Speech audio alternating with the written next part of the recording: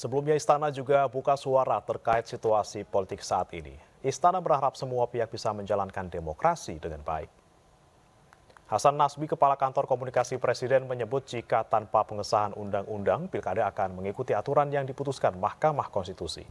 Hasan Nasbi juga meminta rakyat Indonesia untuk tetap tenang dan menyampaikan aspirasi dengan cara yang baik.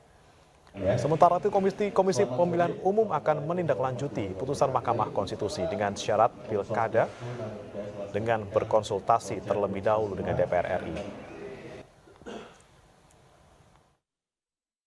Hari ini kita melihat sebuah proses demokrasi yang luar biasa sedang terjadi di negara kita, tidak hanya di Jakarta tapi juga ada di berbagai daerah di Indonesia.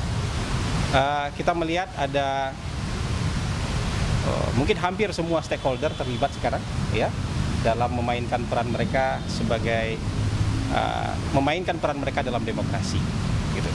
Jadi kita melihat bahwa MA dan MK sudah menjalankan peran mereka dalam sisi yudikatif ya. Kita juga melihat DPR sudah menjalankan peran mereka di bidang pembentukan undang-undang. Dan kita juga melihat peran teman-teman media, peran civil society, masyarakat, ya, mahasiswa yang memainkan peran mereka dalam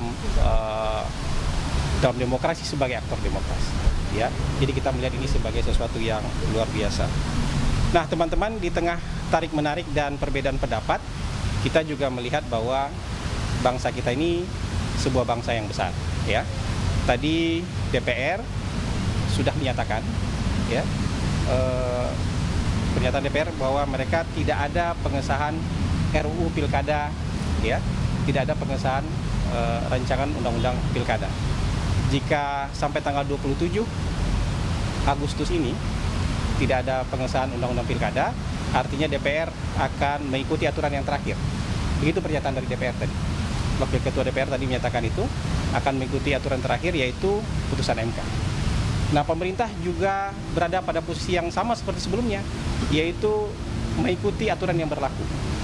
Jadi selama tidak ada aturan yang baru, maka pemerintah akan ikut menjalankan aturan-aturan yang saat ini masih berlaku. Jadi begitu posisi pemerintah. Nah, pesan yang mungkin harus kita sampaikan adalah bahwa kita menjamin kebebasan berpendapat, ya. Demokrasi di negara kita ini sangat terbuka, tapi kita berharap semua peran kita dalam demokrasi bisa dijalankan dengan cara-cara yang baik, dengan memikirkan kepentingan umum. Kita berharap semuanya menghindari disinformasi, menghindari fitnah, apalagi kebencian yang bisa memunculkan hal-hal yang tidak baik, misalnya kekerasan atau kericuhan. Bagaimanapun, kondusivitas harus tetap kita jaga, ya. Ketenangan harus tetap kita jaga supaya juga masyarakat hidupnya tenang dan roda perekonomian tidak terganggu. Mungkin itu yang bisa saya sampaikan pada kesempatan kali ini. Terima kasih.